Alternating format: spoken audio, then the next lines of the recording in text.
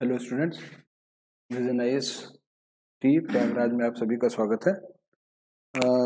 Civil सेवा 2020 के जो क्वेश्चंस हैं उसमें जो साइंस के जो पोर्शन है, जो साइंस के क्वेश्चंस आए हुए हैं उनको हम लोग क्रमशः आज डिस्कस करेंगे।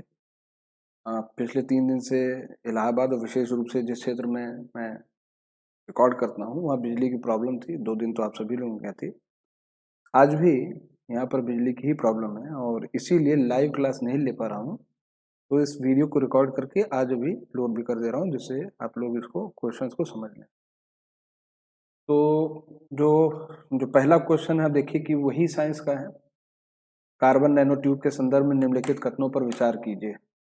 इनको मानव शरीर में औषधि प्रतिजनों के रूप में प्रयोग में लाया जा सकता है। जो पहला पॉइंट है, अगर आप देखें तो इसमें औषधि प्रतिजन के रूप में इसके बारे में चर्चा की गई है, यानी एंटीजन के रूप में। एंटीजन जो एंटीजन है उनके हिसाब से इनको यूज करने की बात की गई। तो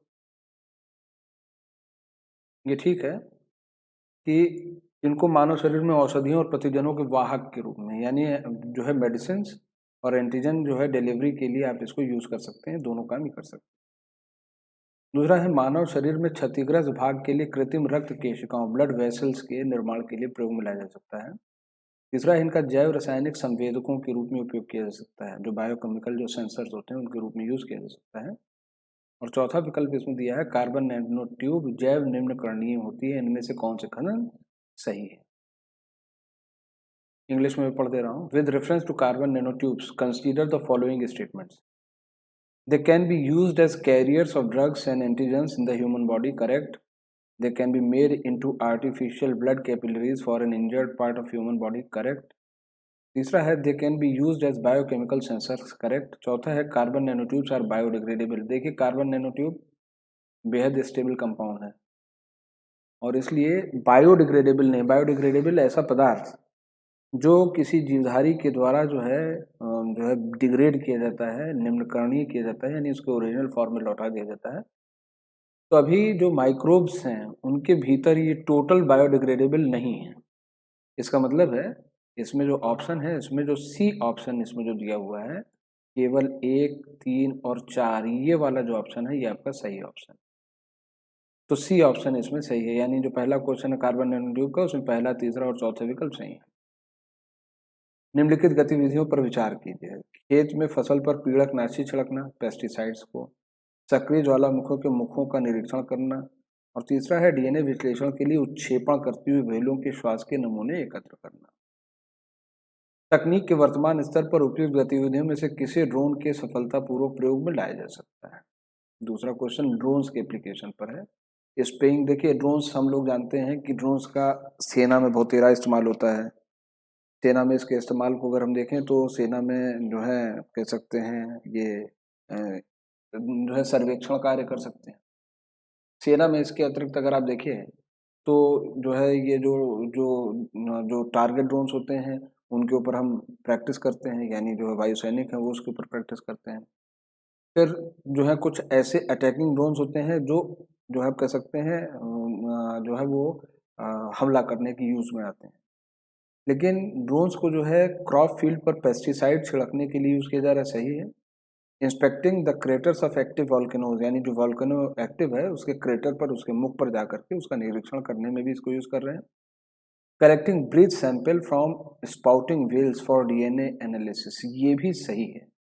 यानी जो डीएनए है, जो जो व्हेल्स का डीएनए है, जो आप जानते हैं व्हेल्स जो है मैमल हैं, स्तनधारी हैं, समुद्र में रहती जरूर हैं। सांस लेने के लिए इनको सतह पर आना होता है और तब फिर वो अपने जो नाक पर जो छिद्र होता है उससे बहुत तेजी से पानी का एक फुहारा छोड़ती हैं और सांस को अंदर खींचती हैं। इस दौरान उनके जो उपक्षेप है उसमें भी डीएनए मौजूद होता है। तो यहाँ पर अगर आप देखें तो 1, 2, 3, 3 के तीनों विकल्प इसमें सही है, यानी जो डी विकल्प है इसमें सही है। तो पहले का जो सी विकल्प है वो सही था, दूसरे क्वेश्चन का डी विकल्प वो सही है। तीसरा है यह प्रयोग ऐसे 3 अंतरिक्ष यानों को काम में लाया जाएगा जो एक समबाहु त्रिभुज की आकृति में उड़ान भरेंगे, जिसमें प्रत्येक भुजा 1 मिलियन किलोमीटर लंबी है और जो यानों के बीच में लेजर चमक रही होगी। कथित प्रयोग किसे संदर्भित करता है। ये इवॉल्व लीसा प्रयोग है, ये इवॉल्व लीसा प्रयोग है। ये इसी को संदर्भित करता है। अच्छा, इससे पहले अगर आप देखिए तो लीगो नाम का एक एक्सपेरिमेंट हुआ था, उसमें इस टेक्नोलॉजी को अमेरिका में प्रयुक्त किया गया था। ये जो आंकड़ा दिया है 1 मिलियन किलोमीटर, 10 लाख किलोमीटर, जो नया आंकड़ा उसके लिए रिलीज हुआ है वो 25 लाख किलोमीटर यानी 2.5 मिलियन किलोमीटर लंबी भुजाएं होंगी। तो इसमें एक त्रिभुज जैसी आकृति होगी, इसमें एक समबाहु त्रिभुज जैसी आकृति होगी, और प्रत्येक जो भुजा होगी उसके ऊपर अगर आप देखेंगे तो जो प्रत्येक भुजा होगी उसके ऊपर एक सैटेलाइट होगा, एक यहाँ हो गया, एक यहाँ हो गया और एक जो है इस जगह पर हो गया। और ये 3 सैटेलाइट एक दूसरे से 2.5 मिलियन किलोमीटर यानी लगभग 25 लाख किलोमीटर दूर होंगे लेजर्स के माध्यम से। और ये काम क्या करेगी, जो ग्रेविटेशनल वेव्स हैं, गुरुत्वाकर्षण जो तरंगे हैं उनका निरीक्षण करेगी। जो जो मॉडर्न फिजिक्स है उसमें माना जाता है कि ग्रेविटेशनल वेव्स भी चलती हैं, गुरुत्वाकर्षण जो है तरंगों के माध्यम से दो पिंडों के बीच में अभिव्यक्त होता है। और ग्रेविटेशनल वेव्स पर पृथ्वी की लीगो प्रयोगशाला में सफल प्रयोग किए गए थे, और ये एक नवीन प्रयोग है जिसको यूरोपियन स्पेस एजेंसी जो है वो परफॉर्म करेगी। तो ये जो तीसरा जो क्वेश्चन है अगर आप देखिए तो वो सही क्वेश्चन है, वो एकदम सही क्वेश्चन है, और तीसरे क्वेश्चन में इवॉल्व लीसा इसका सही उत्तर होगा। फिर अगला है, निम्नलिखित कथनों पर विचार कीजिए। भावी माता पिता के अंड या शुक्राणु उत्पन्न करने वाली कोशिकाओं में आनुवंशिक परिवर्तन किए जा सकते। दूसरा, व्यक्ति के जीनोम जन्म से पूर्व प्रारंभिक भ्रूणीय अवस्था में संपादित किए जा सकते हैं। तीसरा, मानव प्रेरित बहुशक्त स्टेम प्लूरिपोटेंट स्टेम सेल्स कोशिकाओं को एक शूकर के भ्रूण में अंतर्वेशित किया जा सकता है। चौथा क्वेश्चन अंग्रेजी में भी पढ़ देता हूँ। Consider the following statement. Genetic changes can be introduced in the cells that produce eggs or sperm of a prospective parent. एकदम सही है। माइटोकॉन्ड्रियल डीएनए टेक्नोलॉजी में जो भी परीक्षण किए गए हैं, जो 3 पेरेंट बेबी के ऊपर जो परीक्षण किए गए हैं उसमें यही हुआ है, जेनेटिक चेंजेस किए गए हैं, भले ही माइटोकॉन्ड्रियल लेवल पर है but there were genetic changes. सही है।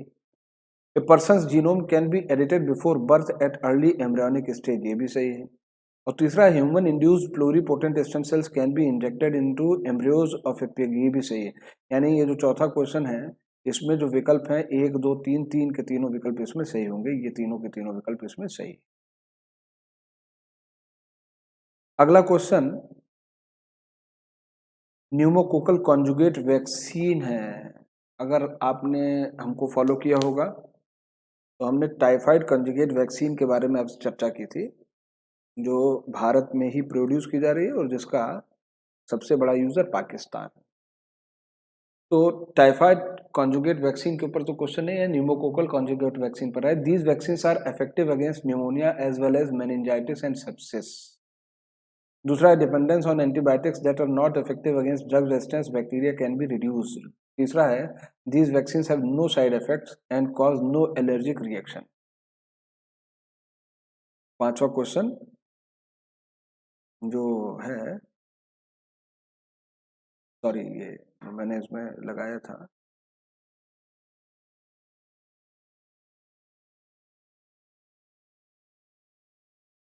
ये चौथे का जो है क्वेश्चन का आंसर,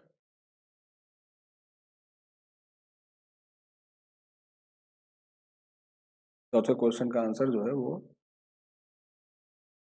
ये वाला जो आंसर है चौथे का 1 2 3 ये सही है। पांचवा क्वेश्चन है, भारत में न्यूमोकोकल संयुग्मी वैक्सीन के उपयोग का महत्व है। ये वैक्सीन न्यूमोनिया के साथ साथ तनिका शोथ यानी मेनिंजाइटिस और सेप्सिस के विरुद्ध प्रभावी है। न्यूमोकोकल वैक्सीन है तो न्यूमोनिया के विरोध में प्रभावी होगा, सही है। दूसरा है मेनिंजाइटिस, ये भी सही है। कभी कभी जो न्यूमोनिया होता है उसमें मस्तिष्क में जो झिल्ली होती है मेनिंजेस, उसमें सूजन आ जाती है जिसको मेनिंजाइटिस या तनिका शोथ कहते हैं। और सेप्सिस क्या होता है, जब बैक्टीरिया रक्त के साथ ट्रेवल करते हैं तो इस कंडीशन को सेप्सिस कहते हैं। फिर से, जब बैक्टीरिया जो है रक्त के साथ ट्रेवल करते हैं और आप कह सकते हैं वो ट्रेवल करते हैं, रक्त के साथ बह रहे होते हैं, तो इसे सेप्सिस कहते हैं। तो एकदम सही है, ये वैक्सीन निमोनिया के साथ साथ मेनिंजाइटिस और सेप्सिस के विरुद्ध प्रभावी है क्योंकि ये बैक्टीरिया को किल करती है। उन प्रतिजैविकों पर निर्भरता कम की जा सकती है जो औषधि प्रतिरोधी जीवाणुओं के विरुद्ध प्रभावी नहीं है। तो जब हम सभी को न्यूमोकोकल कॉन्जुगेट वैक्सीन देने लगेंगे बच्चों को, जब उनको निमोनिया होएगा ही नहीं, तो ड्रग रेजिस्टेंट जो और जो बैक्टीरिया में जो ड्रग रेजिस्टेंस डेवलप हो जाती है, तो ड्रग रेजिस्टेंस बैक्टीरिया के विरुद्ध भी प्रभावी रहती है, तो ये एकदम सही है, उस पर निर्भरता कम की जा सकती है। इन वैक्सीन के कोई गौण प्रभाव साइड इफेक्ट नहीं होते, न ही ये वैक्सीन प्रत्योर्जता संबंधी एलर्जिक रिएक्शन करती हैं। ये पॉइंट गलत है, एलर्जी किसी भी चीज से हो सकती है। तो इसमें जो पांचवा है उसमें पहले और दूसरे केवल 1 और 2 इसमें सही उत्तर होगा। केवल 1 और 2 इसका जो उत्तर है वो सही उत्तर है। पांचवें क्वेश्चन के बाद छठा क्वेश्चन है, भारत में पब्लिक की इंफ्रास्ट्रक्चर पदबंध किसके प्रसंग में प्रयुक्त होता है? In India the term public key infrastructure is used in the context of digital security infrastructure. Digital security infrastructure के लिए इसका प्रयोग किया जाता है। तो आप कह सकते हैं जो जो ए विकल्प है ये सही विकल्प है। निम्नलिखित कथनों में से कौन से पादप और प्राणी कोशिकाओं के बीच में सामान्य अंतर के बारे में सही है? पादप कोशिकाओं में सेलुलोज कोशिका भित्तियां होती है, जबकि प्राणी कोशिकाओं में नहीं होती, ये सही है। जितने भी प्लांट सेल्स होते हैं सबके बाहर सेलुलोज सेल वॉल होती है, जबकि एनिमल्स में नहीं होती, सही है। पादप कोशिकाओं में प्लाज्मा झिल्ली नहीं होती, इसके विपरीत प्राणी कोशिकाओं में होती हैं, दोनों में होती हैं। जंतु और वनस्पति कोशिका के बाहर प्लाज्मा झिल्ली का आवरण होता है, प्लाज्मा मेम्ब्रेन दोनों में पाई जाती है, ये विकल्प तब आप देखिए गलत है। तीसरा, परिपक्व पादप कोशिकाओं में एक वृहद राजधानी होती है, जबकि प्राणी कोशिकाओं में अनेक छोटी छोटी राजधानियां होती हैं, ये भी कमोवेश सही स्टेटमेंट है। तो इसमें 1 और 3 जो है ये सही उत्तर है। तो इसमें आप देखिए जो आपका जो छठा क्वेश्चन था उसमें जो सी विकल्प है वो सही है। सातवां क्वेश्चन है, निम्नलिखित में से कौन से कारक कारण बेंजीन प्रदूषक उत्पन्न करते हैं? तो जब भी कोई वाहन चलता है, जब भी कोई गाड़ी चलती है, तो हमेशा उसमें आप कह सकते हैं hydrocarbon, cyclic hydrocarbon, polycyclic hydrocarbon जरूर बनते हैं, बेंजीन बनता है, तो पहला विकल्प सही है। तंबाकू का धुएं में भी बेंजीन होता है, ये भी सही है। तो 1 और 2 विकल्प एकदम सही होगा। इसके बाद फिर आप देखिए कि लकड़ी के जलने, रोगन किए गए लकड़ी के फर्नीचर के उपयोग में और पॉलीयूरेथीन से निर्मित उत्पादों में सभी में बेंजीन उत्पन्न होता है। तो बेंजीन जो प्रदूषण है वो आप देखिए जो डी विकल्प है उसमें सभी के सभी पांचों विकल्प हैं। तो कभी कभी ऐसा लगता है कि तंबाकू के धुएं में बेंजीन क्या होगी, लेकिन अगर आपने हमारी बेसिक क्लास कर रखी होगी तो हमने उसमें आप लोगों को बताया था कि जब हम टोबैको स्मोक करते हैं तो उससे कैंसर हो सकने की संभावना होती है। उसमें चर्चा हुई थी कि उस धुएं में टार होता है, निकोटीन होता है, बेंजीन होता है, पॉलीसाइक्लिक हाइड्रोकार्बन्स होते हैं और आप कह सकते हैं जो पोलोनियम 214 जैसे रेडियोधर्मी रसायन भी होते हैं। रोगन किए गए लकड़ी के फर्नीचर में तो जो जब भी आप रंग रोगन करते हैं तो उसमें बेंजीन होता ही होता है। इसी तरीके से जब लकड़ी जलती है, जब भी कोई ऑर्गेनिक रेजिड्यू को आप जलाते हैं तो कुछ न कुछ मात्रा में उसके अंदर पॉलीसाइक्लिक और साइक्लिक हाइड्रोकार्बन्स निकलते जरूर हैं। तो ये सभी के सभी विकल्प 5 के 5 विकल्प इसमें सही। अच्छा, 8 क्वेश्चन के बाद फिर अगला जो साइंस के क्वेश्चन है वो क्वेश्चन नंबर 17 से 20 के बीच है। तो हम 17 से 20 के क्वेश्चन जो है उसको भी डिस्कस कर लेते हैं 17वें से 20वें नंबर पे।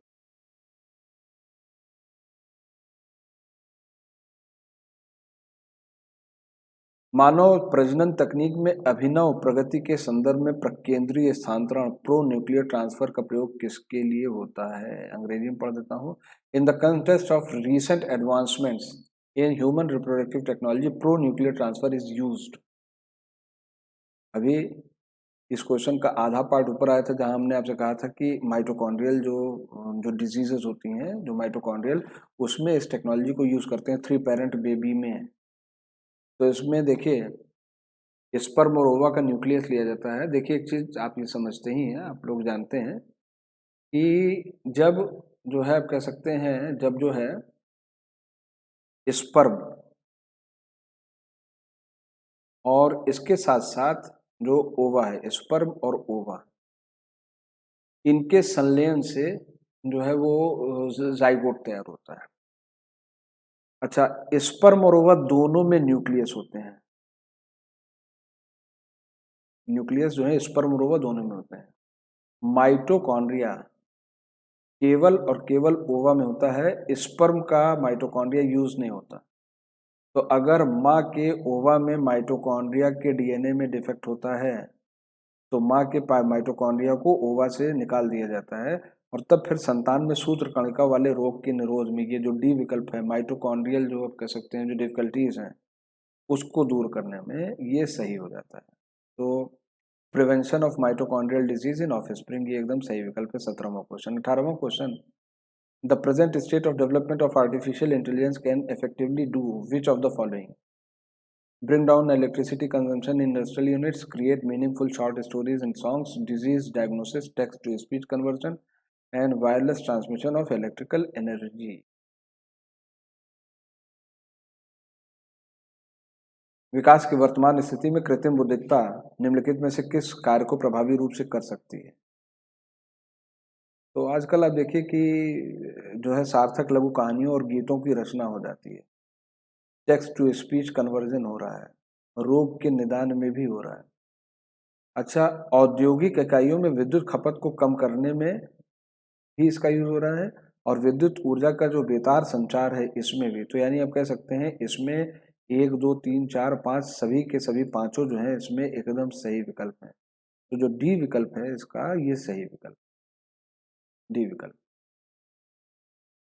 दृश्य प्रकाश संचार तकनीक के संदर्भ में निम्नलिखित में से कौन सा कथन सही है? दृश्य प्रकाश संचार माने विजुअल लाइट कम्युनिकेशन टेक्नोलॉजी में कौन सही है? तो विजुअल लाइट कम्युनिकेशन, जो विजुअल लाइट होती है उसकी तरंग दैर्घ्य 375 से 780 के बीच में होती है। तो ये एकदम सही है कि विद्युत चुंबकीय तरंगें 375 से 780 नैनोमीटर की जो परास की होती है यूज होती है, एकदम सही है। फिर वीएलसी को दीर्घ परासरी प्रकाशी बेतार संचार के रूप में जाना जाता है। वीएलसी जो है, VLC uses electromagnetic spectrum wavelength 375 to 780। हमने क्या कहा कि जो है कह सकते हैं जो जो विजुअल लाइट कम्युनिकेशन, तो विजुअल लाइट की तरंग दैर्घ्य, दृश्य प्रकाश की तरंग दैर्घ्य 375 से 780 के बीच में होती है, तो पहला विकल्प सही है। VLC is known as long range optical wireless communication. ये देखिए वायरलेस कम्युनिकेशन है, अगर ये ऑप्टिकल कम्युनिकेशन होता तो ये विकल्प सही हो जाता, क्योंकि ऑप्टिकल कम्युनिकेशन यानी ऑप्टिक फाइबर केबल का यूज हो रहा होता। लेकिन यह वायरलेस कम्युनिकेशन कह रहा है, मतलब प्रकाश सीधे निकलेगा और इसमें ऑप्टिक फाइबर केबल नहीं होंगे। तो इस तरीके का जो कम्युनिकेशन होता है जिसमें आप विजिबल लाइट को यूज करते हैं लेकिन आप जो है ऑप्टिक फाइबर केबल को यूज नहीं करते, तो इसे आप लाईफाई कहते हैं, इसे लाईफाई कहते हैं। लाईफाई, लाईफाई टेक्नोलॉजी किसी कमरे के अंदर होती है, लॉन्ग रेंज कम्युनिकेशन नहीं है वो। तो दूसरा विकल्प जो आप कह सकते हैं ये गलत है। VLC can transmit large amount of data faster than Bluetooth, ये एकदम सही है, क्योंकि ब्लूटूथ केवल रेडियो तरंगों के, केवल रेडियो तरंगों के प्रयोग पर निर्भर करता है, रेडियो तरंगों के। और फिजिक्स का एक नियम है कि जिस तरंग की आवृत्ति ज़्यादा हो, ज़्यादा अमाउंट ऑफ डेटा लेकर के ट्रांसफर करती है, तो क्योंकि दृश्य प्रकाश की आवृत्ति रेडियो तरंगों से ज़्यादा है इसलिए लार्ज अमाउंट ऑफ डेटा को ले जाएगी। VLC has no electromagnetic interference, एकदम सही है। यानी यहाँ पर जो दिए गए विकल्प हैं इसमें पहला, तीसरा और चौथा, यानी आप कह सकते हैं जो सी विकल्प है वो सही है। अच्छा, इसके बाद फिर जो आपका क्वेश्चन है 40वें नंबर का क्वेश्चन है। 40वें नंबर पर फिर से साइंस का क्वेश्चन है।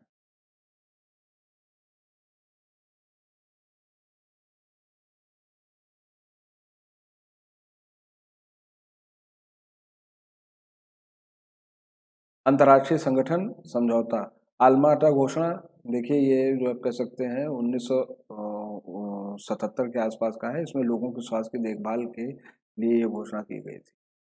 दूसरा भी तलानोआ संवाद जो है वैश्विक जलवायु परिवर्तन के संबंध में हुआ था, इसको आप लोगों ने पढ़ा ही होगा।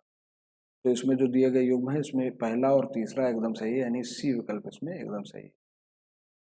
तो 40वां क्वेश्चन, 40वें क्वेश्चन के बाद फिर जो अगला क्वेश्चन है वो 51st है, 51वां क्वेश्चन।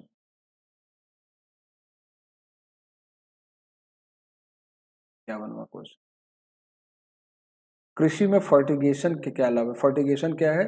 इरिगेशन प्लस फर्टिलाइजर्स, यानी हम कृषि में खाद जो है पानी के अंदर घोल करके उसको पाइप के माध्यम से जब पहुंचाते हैं तो इस क्रिया को फर्टिगेशन कहते हैं। जल सिंचाई जल की क्षारीयता नियंत्रित संभव है, एकदम सही है। दूसरा है रॉक फॉस्फेट और अन्य सभी फॉस्फेटिक उर्वरकों का सफलता से अनुप्रयोग संभव है, ये गलत है। रॉक फॉस्फेट और फॉस्फेटिक उर्वरक जो होते हैं पानी में तेजी से घुलनशील नहीं होते। अमोनिया बेस्ड और यूरिया बेस्ड नाइट्रोजन बेस्ड जो उर्वरक है वो पानी में तेजी से घुल जाते हैं, रॉक फॉस्फेट तेजी से नहीं घुलता, तो दूसरा गलत है। तीसरा, पौधों की पोषक बढ़ी हुई मात्रा सुलभ किए जा सकते हैं, ये एकदम सही है। आप जितना चाहें उतनी मात्रा में पोषक पदार्थ उपलब्ध करा सकते हैं। रासायनिक पोषकों में निच्छालन में कमी संभव। निच्छालन एक गतिविधि होती है जिसमें रासायनिक उर्वरक पानी के साथ बहते हुए नीचे की स्ट्रेटा पर पहुंच जाते हैं। तो इसमें पहला, तीसरा और चौथा विकल्प एकदम सही विकल्प है, यानी यहाँ पर सी विकल्प आपका सही विकल्प है। 51वें क्वेश्चन के बाद फिर 54वां क्वेश्चन साइंस का है। 52वां क्वेश्चन ये है, देखिए ज्योग्राफी क्वेश्चन है, इससे हमें मतलब नहीं है।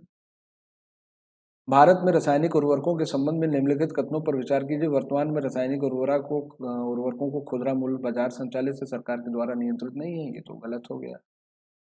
हालांकि ये इकोनॉमिक्स ज्यादा बेहतर है, लेकिन हमें इसके नीचे के 2 पॉइंट से मतलब है जो साइंस से कंसर्न है।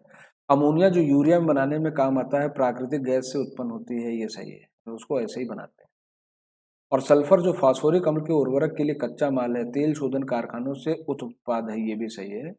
हम सल्फ्यूरिक एसिड को तेल शोधक कारखाने से प्राप्त होने वाले सल्फर से बनाते हैं, जिसका फिर यूज किया जाता है उर्वरक के लिए कच्चे माल के रूप में। तो यहाँ पर दिए गए विकल्प में दूसरा और तीसरा विकल्प जो है ये सही विकल्प है। 54वें क्वेश्चन के बाद 61वां, 64वां, 65वां क्वेश्चन है। 61st क्वेश्चन,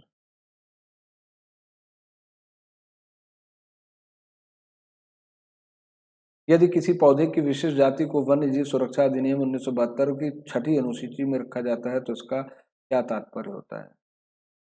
देखिए, 6ठी अनुसूची में ऐसे पौधों को रखा जाता है जिनकी खेती के लिए अनुमति नहीं है, यानी आप कृत्रिम रूप से इनको जो है नहीं बो सकते हैं, ये वाइल्ड अपने आप पैदा होंगे, इनमें मानवीय हस्तक्षेप नहीं किया जाएगा।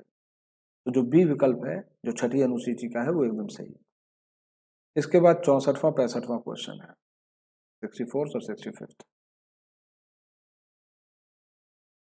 भारत की जैव ईंधन राष्ट्रीय नीति के अनुसार जैव ईंधन के उत्पादन के लिए निम्नलिखित में से किन्हें कच्चे माल के रूप में प्रयोग में लाया जा सकता है? कसावा, ये आप कह सकते हैं, जैसे आपने देखा होगा जो शकरकंद, कसावा शकरकंद जैसा होता है। फिर क्षतिग्रस्त गेहूं के दाने, इनको सड़ा हुआ आलू और चुकंदर, ये 4 ऐसे हैं जिन्हें भारत की राष्ट्रीय जैव ईंधन नीति के अनुसार जो है जैव ईंधन के रूप में प्रयोग में लाने के लिए कहा गया है। तो ऐसी स्थिति में 1, 2, 5 और 6 इसका सही विकल्प होगा, ये पहला वाला 1, 2, 5, 6। कार्बन के सामाजिक मूल्य पद का सर्वोत्तम रूप से वर्णन करता है, अंग्रेजी में पढ़ देते हैं। Which one of the following statement is best describes term social cost of carbon it is a measure in monetary value of the long term damage done by a ton of carbon dioxide emission in a given year। Carbon dioxide की 1 ton मात्रा जब वातावरण में जाती है तो 1 वर्ष में वो कितना डैमेज कर देती है, इसी को सोशल कॉस्ट ऑफ कार्बन के नाम से जाना जाता है। फिर इसके बाद 68वां क्वेश्चन है, with reference to solar water pumps consider the following statement। solar power can be used for running surface pump and not the submersible pump, गलत है। सरफेस पंप पर जब सोलर पावर लगाते हैं तो करीब वो 20 से 40 फुट नीचे का पानी खींच लेता है, और जब हम सबमर्सिबल पंप के साथ उसको लगाते हैं तो सबमर्सिबल पंप 700 फुट गहराई से पानी को ऊपर डाल सकता है। तो ये तो आप कह सकते हैं ये तो गलत हो गया। Solar power can be used for running centrifugal pumps and not the ones with piston। तो ऊपर देखिए, सौर ऊर्जा का प्रयोग केवल पृष्ठीय पंपों को चलाने के लिए हो सकता है, निमज्जनी सबमर्सिबल पंपों के लिए नहीं, ये तो गलत हो गया, नहीं होगा ये। सौर ऊर्जा का प्रयोग केवल अपकेंद्रीय पंपों को चलाने के लिए हो सकता है और पिस्टन वालों के लिए नहीं हो सकता। जबकि दोनों तरीके के पंप जो है चल सकते हैं, सेंट्रीफ्यूगल वाले भी चल सकते हैं और जो पिस्टन वाले होते हैं वो भी चल सकते हैं। तो ऐसी स्थिति में ना तो एक और ना ही दो, दोनों ही कथन इसमें आप देखिए गलत हो जाए। इसके बाद फिर जो क्वेश्चन है वो 85वां क्वेश्चन है।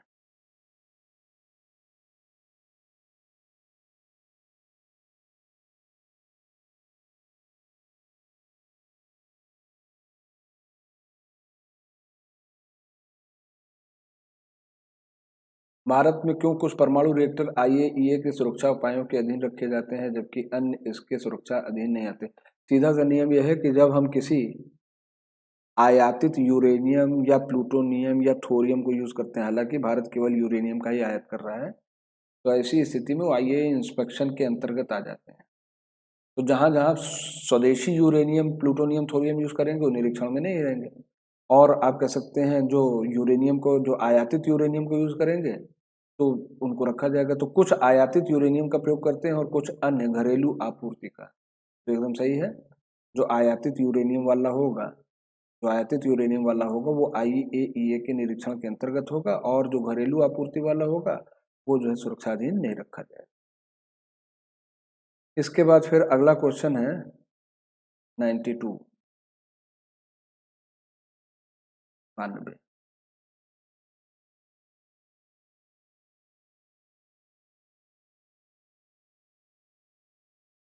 भारत में हाथियों के संदर्भ में निम्नलिखित कथनों पर विचार कीजिए। हाथियों के समूह का नेतृत्व मादा करती है, ये सही है। नियम ये होता है कि जो सबसे वृद्ध मादा होती है वो हाथियों के समूह का नेतृत्व करती है, नर नहीं करते हैं। दूसरा, हाथी की अधिकतम गर्भावधि 22 माह तक की हो सकती है, 22 माह तक की हो सकती है। तो लगभग लगभग आप कह सकते हैं कि ये सही विकल्प है, क्योंकि 1.5 साल से ऊपर, मतलब 1.5 साल से ऊपर नहीं, 52, अच्छा 22 माह, 22 मंथ्स, हाँ, तो 12 महीने और 10 महीने 1.5 साल से ऊपर की होती है। तो ये भी जो आप कह सकते हैं विकल्प जो पहला और दूसरा है वो एकदम सही है, पहला दूसरा एकदम सही विकल्प है। सामान्यतः हाथी में 40 वर्ष की आयु तक ही बच्चा पैदा करने की क्षमता होती है भारत में। अब इसमें एक दो के साथ और कोई विकल्प है नहीं, तो जो हाथियों की जो रिप्रोडक्टिव एज होती है थोड़ी सी ज़्यादा होती है, मतलब ऐसा नहीं कि 40 पर ही लिमिट होती। तो यहाँ पर पहला और दूसरा विकल्प सही है, 92 का जो आपको क्वेश्चन है ये सही हो जाएगा। फिर इसके बाद 92 के बाद फिर अगर क्वेश्चन देखा जाए तो 94वां क्वेश्चन है, 94th। जैविकता के संबंध में Ceylon, frogmouth, coppersmith barbet, grey chinned minivet और व्हाइट थ्रोटेड रेड स्टार्ट क्या है? ये सब के सब जो हैं पक्षी हैं, सब के सब जो हैं पक्षी हैं। और अभी हाल में ही सीलोन, फ्रॉगमाउथ की जो है पेपर में आपने चर्चा भी पढ़ी होगी, तो ये न्यूज़पेपर के आइटम से इस क्वेश्चन को उठा करके बनाया गया। भारतीय अनूप मृग बारहसिंगा, अनूप मृग, स्वयं डियर, बारहसिंगा, भारतीय अनूप मृग स्वयं डियर। तो नाप तो देखिए अनूप यानी दलदल में रहने वाले बारहसिंगा की उस उपजाति से है, लेकिन दिया है पक्की भूमि पर फलती फूलती और केवल घास भक्षी है के संरक्षण के लिए निम्नलिखित में से कौन सा क्षेत्र संरक्षित है? तो दिए गए विकल्पों में कान्हा राष्ट्रीय उद्यान एकदम सही है। यहाँ पर जो आप कह सकते हैं बारहसिंगे पाए जाते हैं वो इन सभी कंडीशंस को फुलफिल करते हैं। इस्पात स्लैग निम्नलिखित में से किसके लिए एक सामग्री हो सकती है? इस्पात संयंत्रों से जब इस्पात का निर्माण हो जाता है तो जो बचा हुआ रेजिड्यू होता है वो किसी काम का नहीं होता है, लेकिन उसका जो है कुछ विशेष कार्य किया जा सकता है। आधार सड़क के निर्माण करने के लिए एकदम सही है। कृषि मृदा सुधार के लिए अगर अम्लीय बंजर हो जाए तो इस्पात स्लैग को मिला करके कृषि मृदा सुधार की जा सकती है। और सीमेंट के उत्पाद के लिए भी इसको यूज किया जाता है, क्योंकि इस्पात स्लैग में कैल्शियम ऑक्साइड की ज्यादा मात्रा है। अब इसमें अगर आप देखिए तो डी विकल्प है जिसमें 1, 2, 3 तीनों के तीनों सही है। तो 96वां जो क्वेश्चन है यहाँ पर इस्पात स्लैग वाला, उसमें तीनों विकल्प सही हो जाएंगे। 96 के बाद जो है सभी साइंस के ही हैं। निम्नलिखित में से कौन सा ऐसा सर्वाधिक संभवनीय स्थान है जहाँ कस्तूरी मृग अपने प्राकृतिक आवास में मिल सकता है? अगर आपने हमारी लाइव क्लास की होगी, ऑफलाइन क्लास की होगी, तो वहाँ हम जब कस्तूरी मृग को पढ़ाते हैं तो हम आपसे कहते हैं कि कस्तूरी मृग की कस्तूरी उसके नाभि में नहीं, उसके नाभि के पास एक ग्रंथि में पाई जाती है। तो कस्तूरी मृग की हम दूसरी विशेषता बताते हैं कि जो वैसे तो मृगों के सींग होती है, लेकिन कस्तूरी मृग में जो मेल होता है उसके दांत कैनाइन बड़े लंबे हो जाते हैं। मृगों की एकमात्र ऐसी जाति है जिनमें उनके कैनाइन जो हिंसक पशुओं के होते हैं बहुत लंबे हो जाते हैं और जबड़े के बाहर निकल आते हैं। और वहीं पर हमने गंगोत्री और अस्कोर वन्यजीव अभयारण्य की भी चर्चा करते हैं, तो पहला और दूसरा विकल्प इसमें एकदम सही है, यानी ए विकल्प इसमें सही होगा। फिर ग्रामीण सड़क निर्माण में पर्यावरणीय दीर्घोपयोगिता को सुनिश्चित करने अथवा कार्बन पत्थर को घटाने के लिए निम्नलिखित में से किसके प्रयोग को अधिक प्राथमिकता दी जाती है। आप ग्रामीण सड़क बना रहे हो, अब अगर आप वहाँ कोलतार गर्म कर रहे हो तो कार्बन को आप पर्यावरण में छोड़ रहे हैं।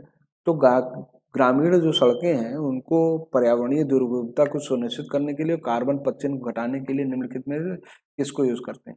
जिस तरीके से इस्पात स्लैग का यूज हो जाता है उसी तरीके से कॉपर स्लैग का भी यूज होता है, और कोल्ड मिक्स्ड एसफॉल्ट टेक्नोलॉजी और जियो टेक्सटाइल्स, इन तीन चीजों का प्रयोग होता है। उस मित्रित एसफॉल्ट टेक्नोलॉजी में कोलतार को गर्म करना पड़ता है, धुआं निकलता है।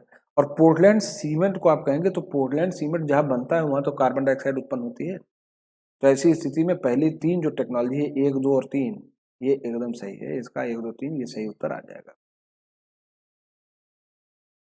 कोयले की राख में आर्सेनिक, सीसा और पारद अंतर्विष्ट होते हैं। हमारी क्लास अगर फिर से की होगी आपने तो हमने आपको बताया था कि जब कोयला जलाते हो तो कोयले की जो गैस निकलती है उसमें सल्फर डाइऑक्साइड और नाइट्रोजन के ऑक्साइड निकलते हैं कार्बन डाइऑक्साइड के साथ साथ। सही विकल्प है। और हाई टेम्परेचर पर कोयला को जलाने पर सीसा और आर्सेनिक, आपके नोट से आया हुआ ये क्वेश्चन है, आर्सेनिक और सीसा और पारद भी तीन के तीनों जो आप कह सकते हैं कोयले की राख में होते हैं। ये भारी धातुएं हैं और कोयले की राख में पाई जाती हैं। और भारतीय कोयले में राख की अधिक मात्रा पाई जाती है, ज्योग्राफी में आपने पढ़ रखा होगा। तो इसमें पहला, दूसरा और तीसरा, तीन के तीनों विकल्प सही विकल्प। खेती में बायोचार का उपयोग क्या है। बायोचार, बायोचार क्या होता है, जब हम ऑर्गेनिक रेजिड्यू को कम ऑक्सीजन में बर्न करते हैं तो कोयले के रूप में बदल जाता है, इसको बायोचार कहते हैं। Biochar can be used as a part of a growing medium in vertical farming, जो ऊर्ध्वाधर खेती होती है उसमें आप इसको ग्रोइंग मीडियम बना सकते हैं। When biochar is a part of growing medium, it promotes the growth of nitrogen fixation microorganism। ये नाइट्रोजन जो स्थिरीकरण, जो जीवाणु उनकी संख्या बढ़ा देता है। और फिर है when biochar is a part of growing medium, it enables growing medium to retain water for longer time। तीन के तीनों विकल्प सही है, तीन के तीनों विकल्प सही। तो साइंस के आए हुए जो करीब 30 के आसपास क्वेश्चंस हैं, इसमें अगर हम देख रहे हैं तो करीब 30 के आसपास साइंस के आए हुए क्वेश्चन हैं। तो जो साइंस के संभव क्वेश्चन हो सकते थे उनको हमने हल करवा दिए। अपने अपने क्वेश्चंस को मिला लीजिएगा, क्योंकि ये लाइव लेक्चर नहीं ले पाए हूँ तो उसको लोड करूँगा। अगर कोई चीज़ नहीं समझ में आएगी तो डिस्क्रिप्शन बॉक्स में जरूर लिख दीजिएगा। क्योंकि इलाहाबाद में और अब पूरे उत्तर प्रदेश में बिजली की समस्या काफ़ी हद तक दूर हो चुकी है। तो कल हम लोग मिलेंगे, तो जो लाइव क्लासेस हैं उसको हम लोग आगे स्टार्ट करेंगे। कुछ अन्य जो इम्पोर्टेंट टॉपिक हो सकते हैं उनकी चर्चा हम लोग कल करेंगे। आज के लिए इतना ही। Thank you.